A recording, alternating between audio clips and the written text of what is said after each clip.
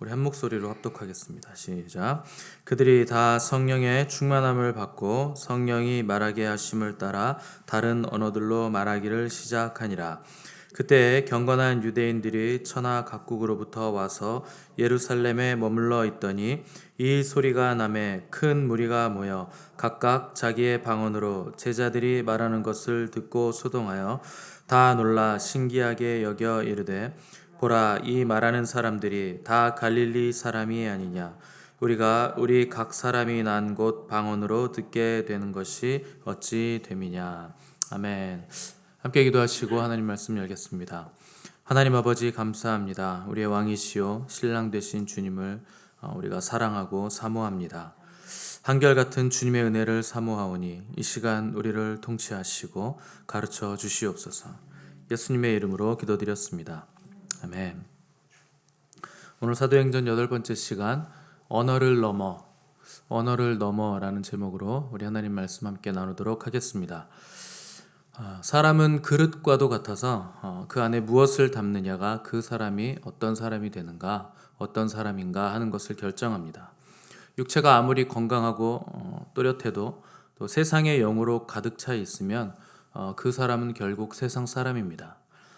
교회에서 예배하고 찬송하고 성경을 읽어도 우리 안에 그리스도의 영이 없으면 그 사람은 그리스도의 영이 아닌 것입니다. 그래서 그 사람이 어떤 영을 가졌는지 우리가 어떻게 알 수 있는가?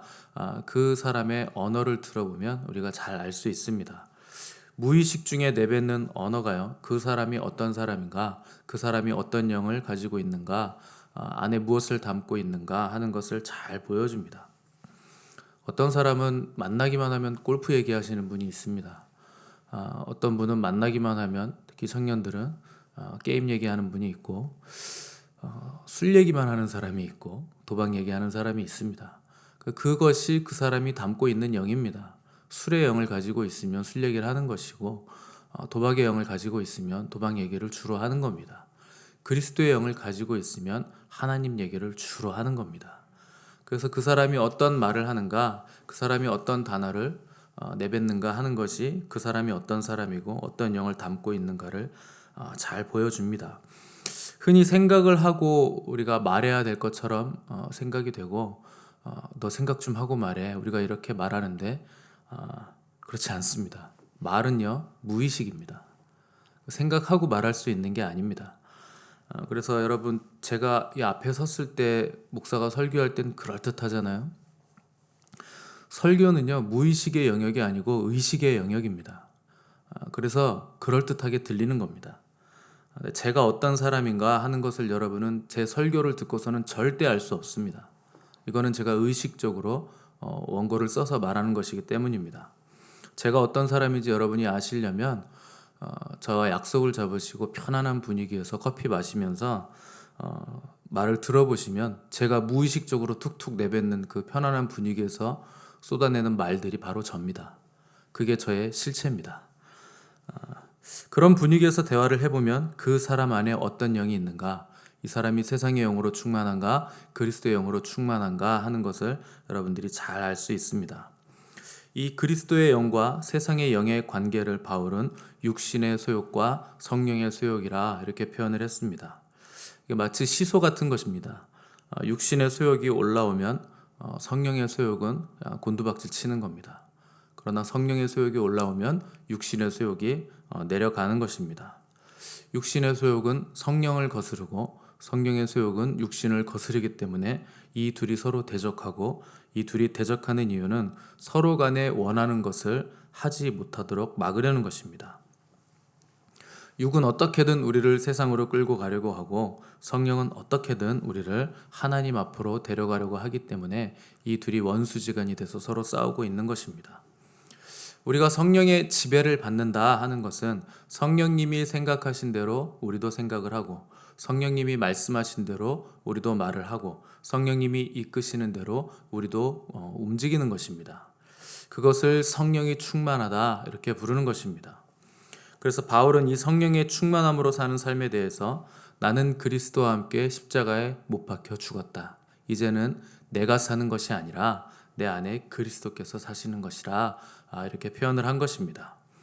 우리 안에 그리스도의 영이신 성령님이 계신다면 주님께서 내 인생을 통해서 다시 한번 그분이 성육신 하셨던 이 땅에서의 삶을 다시 한번 살아가시는 것입니다. 그분은 죽은 분이 아니시고 살아계시고 우리를 통해서 새로운 일을 행하시는, 지금도 살아계시고 말씀하시고 역사하시는 하나님이십니다. 하나님이 살아계시기 때문에 우리에게 하나님은 끊임없이 말씀하십니다. 또 성령님도 우리 안에 임하시면 끊임없이 우리에게 말씀을 하시는 분이십니다. 그런데 조심해야 할 것은 악한 영들도 말을 한다는 것입니다. 귀신도 하나님의 음성처럼 가장해서 우리에게 선한 말을 할 수 있고 그럴듯한 말을 할 수 있고 때로는 기적도 일으킬 수 있습니다.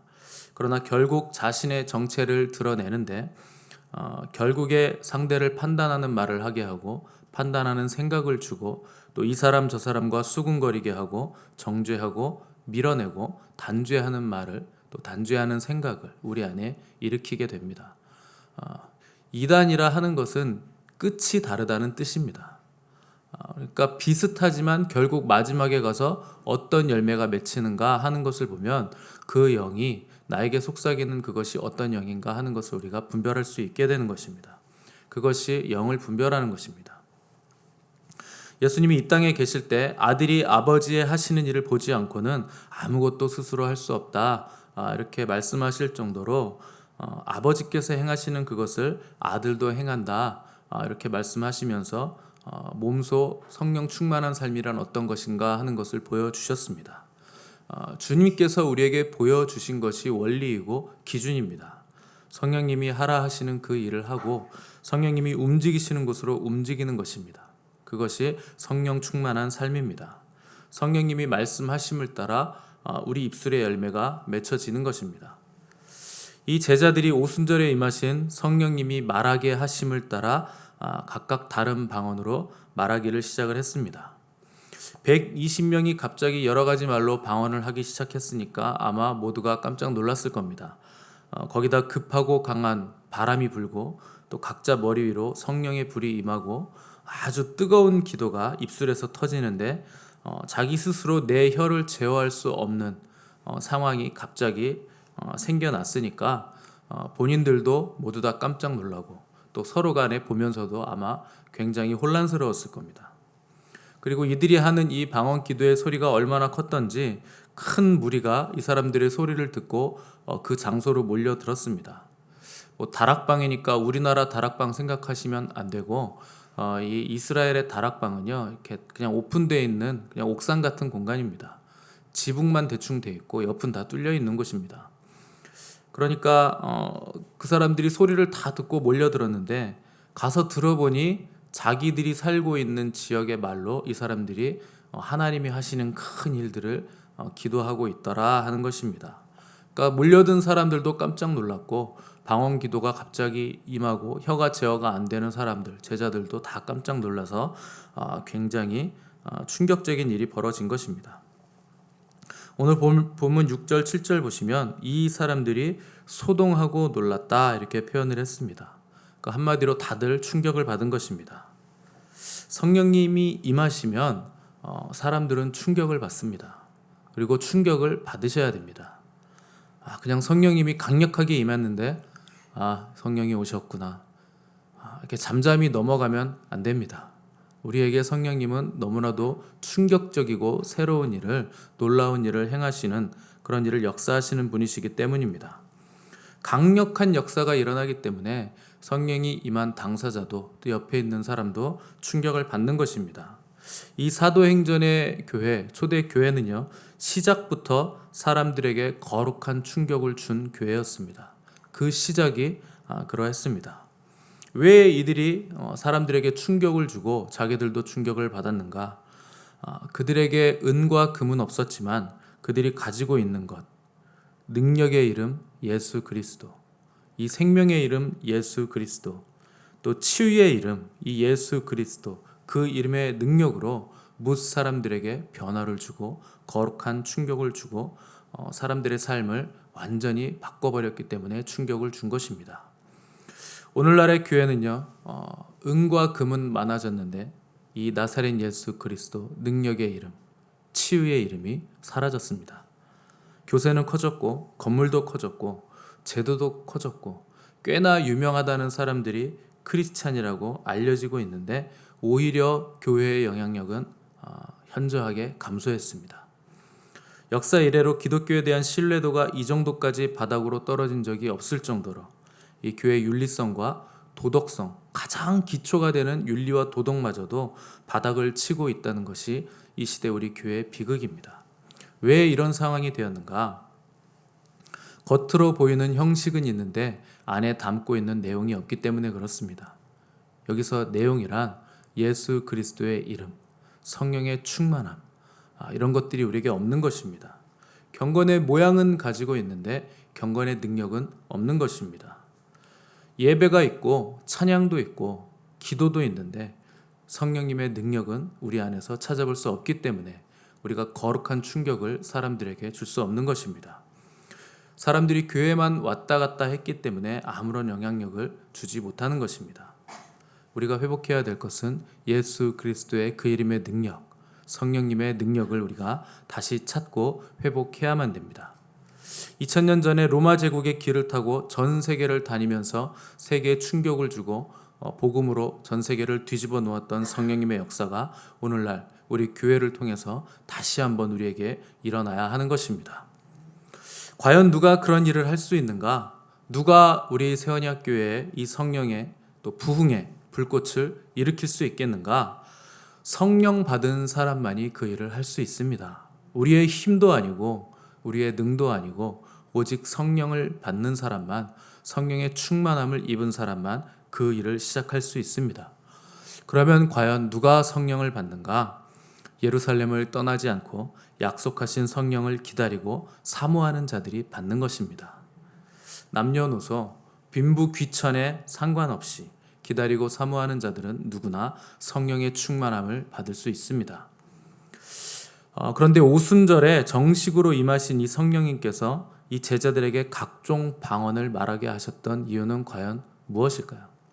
왜 하필 방언입니까? 여러 가지 은사들도 많은데 이 마가복음 16장 17절에 보시면 주님께서 믿는 자들에게는 이런 표적이 따르리니 곧 그들이 내 이름으로 귀신을 쫓아내며 새 방언을 말하겠다, 이렇게 이미 예언을 하셨습니다.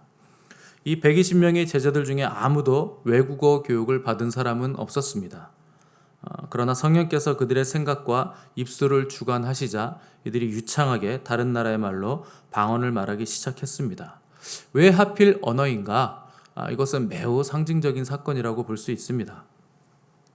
성경에서 언어가 나눠지게 된 사건은 창세기에 등장하는 바벨탑 사건입니다. 바벨탑은 인간이 스스로 하나님처럼 높아지기 위해서 또 흩어지는 것을 면하기 위해서 쌓아 올린 교만과 자만의 탑이었습니다.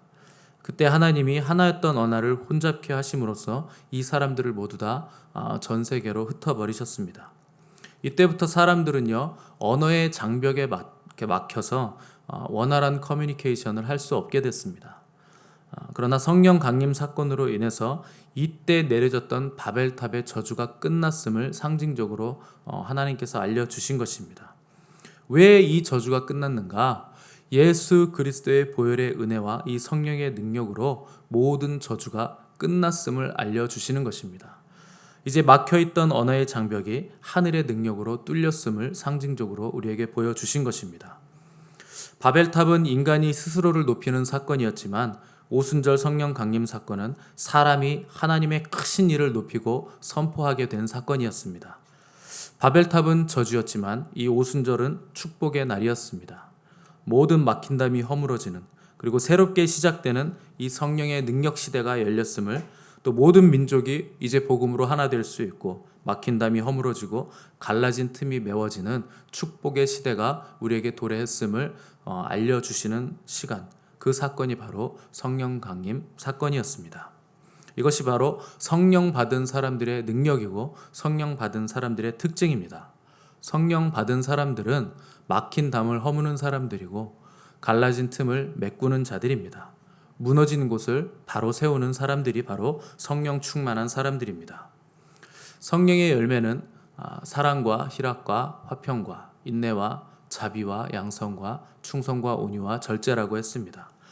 이 열매가 맺혀지지 않는 그 어떤 것도 다 허무한 것입니다.